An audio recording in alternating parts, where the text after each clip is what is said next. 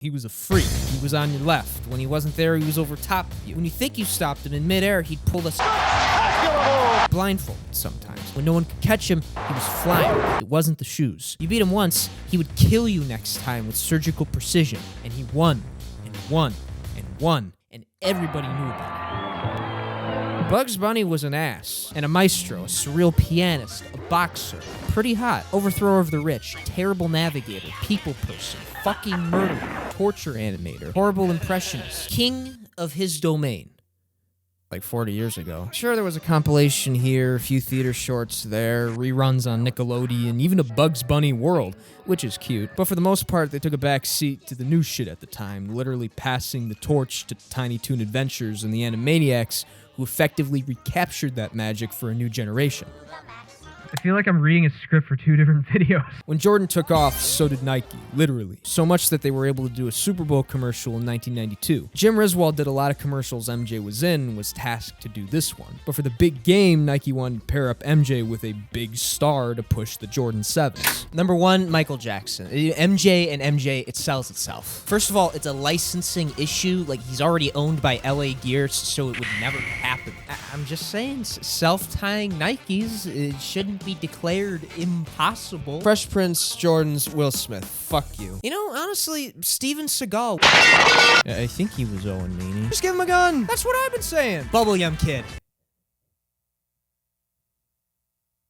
You're just making shit up.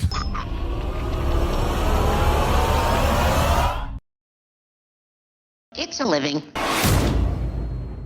What the fuck? Damn it. Oh, here we go. Simon Birch. My guy dropped the hint in the Bo Knows app. I knew I should have taken the right turn at Albuquerque. How could you miss that? Hey, Jordan. And hey, Jordan. What'd you expect?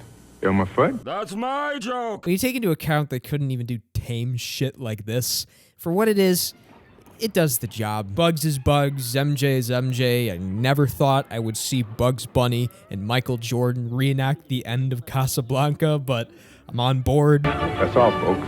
That's my joke. I'll kill you. It took 6 months to make with 3,000 separate illustrations done by 25 artists, which just raises further questions for me on how Roger Rabbit even exists. It also got Mike's agent thinking about a giant pencil with an equally giant eraser.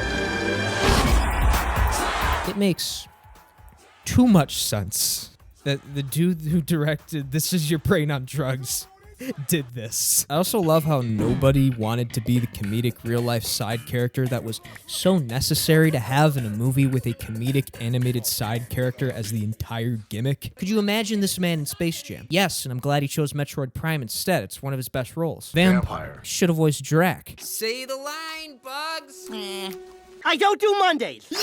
Everyone's very surface level with traits that stay true enough to the characters for a commercial but lag for a movie. They don't really dig into the roster either outside of a few background cameos, which are cool, I guess. I get their product placement for the real star of the show. Starting at one of the forwards, wearing number 10. Is out of the University of Colorado in the home blue and white tonight. The 3-2 Lola Bunny.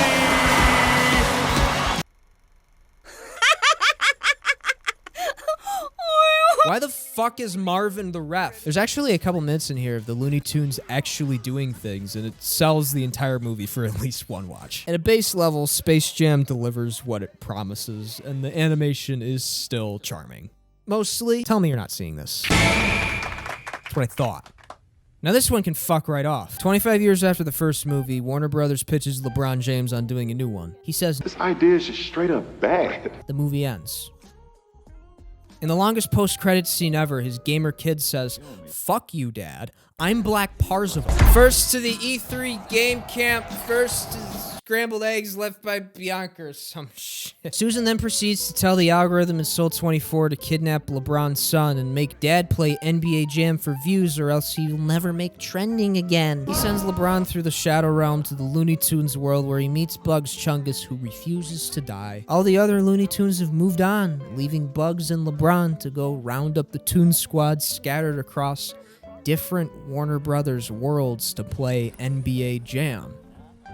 That sounds good. I love the concept of a recruiting trip across the HB Oasis for the second act, setting up NBA Jam in the third. The Looney Tunes aren't shy to parody, and there's plenty of potential for some. No. Instead, it's Space Jam 1.8 Final Chapter Prologue, but an 8-minute speed run of the entire game. Instead of actually interacting with the worlds and characters in fun ways, you know, something that makes these kind of whack enjoyable, we're literally copy and pasting them into scenes from movies. There's no humor, there's no substance, Goofy doesn't die, it's just Elmer Fudd playing Mini-Me. Sam as Sam, Lola as... Are you fucking kidding me? Hello, super fans. The clip you just heard was from a commentary track that I did for my first watch through of Space Jam New Legacy that you can get exclusively on my Patreon if you'd like to support my suffering. Thank you. Animaniacs, they were in the back like for 3 seconds. Also, the game goes 3D.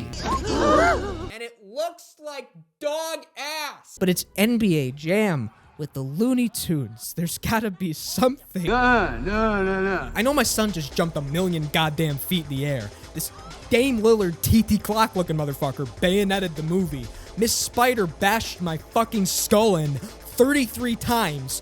But there's only one basketball. My guy, this rabbit pulled a Glock out and killed someone for coughing. It takes almost a half hour, but we finally get a Gossamer ad for Tide. Fuck you. Is there anything redeeming about it? DJ, kick that shit. To be the Porky Pig, the public enemy, King Kong got nothing on me.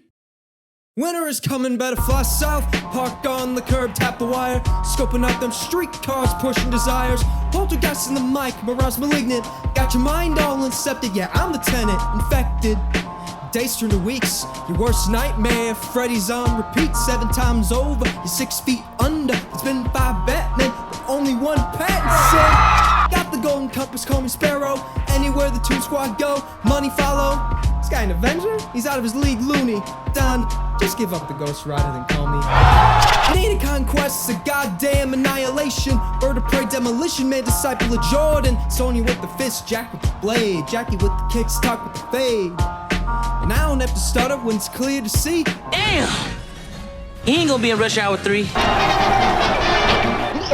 That's all, folks. On a scale of why the fuck not to he makes me laugh, it's not as bad. I don't think there's anything worse than the Pigeons movie, but Jesus. The original was a commercial. We established this. It's not good. But there was some effort to recapture just a base level of the Looney Tunes personalities, even if it falls short. Just a little teensy bit of effort to make this dumbass big brand crossover a tiny bit charming for a product of its time. Plus, it revived the catalog of Chuck Jones and the Boys for me and so many others who went on to work on TV series that are really good modern adaptations.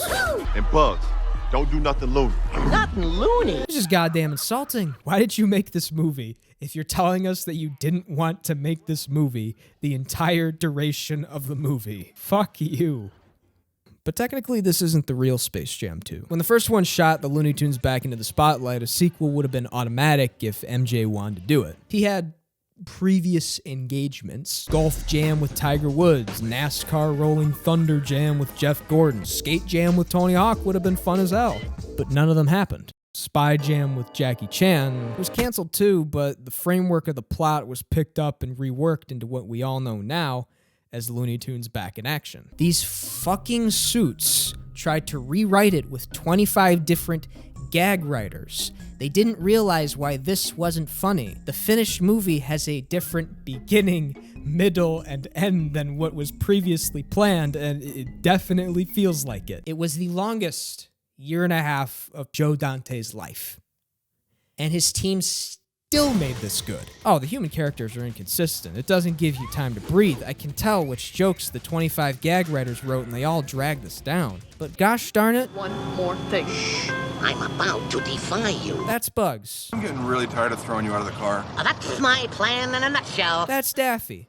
That's goddamn George of the Jungle. The mix of live action and animation rivals Roger Rabbit and even surpasses it. That painting scene. Give me an entire Looney Tunes short of running through paintings. This shit is absolutely incredible. Sheepdog Sam.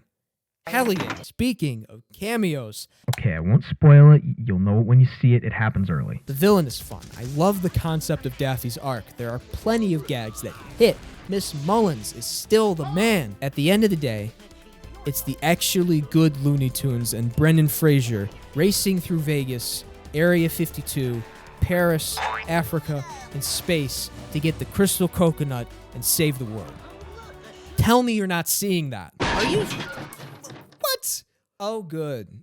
Fantastic. It is really bittersweet because it feels like this could have been great if Dante and his crew were given full control and promotion. I mean, they gave it to Brad Bird and wow, holy shit. And Warner Brothers gives him one teaser poster. This video is Michael. Back in Action is Bugs, and YouTube is the box office. Just watch Back in Action again. It's fun, I promise. Please go do it. Go home.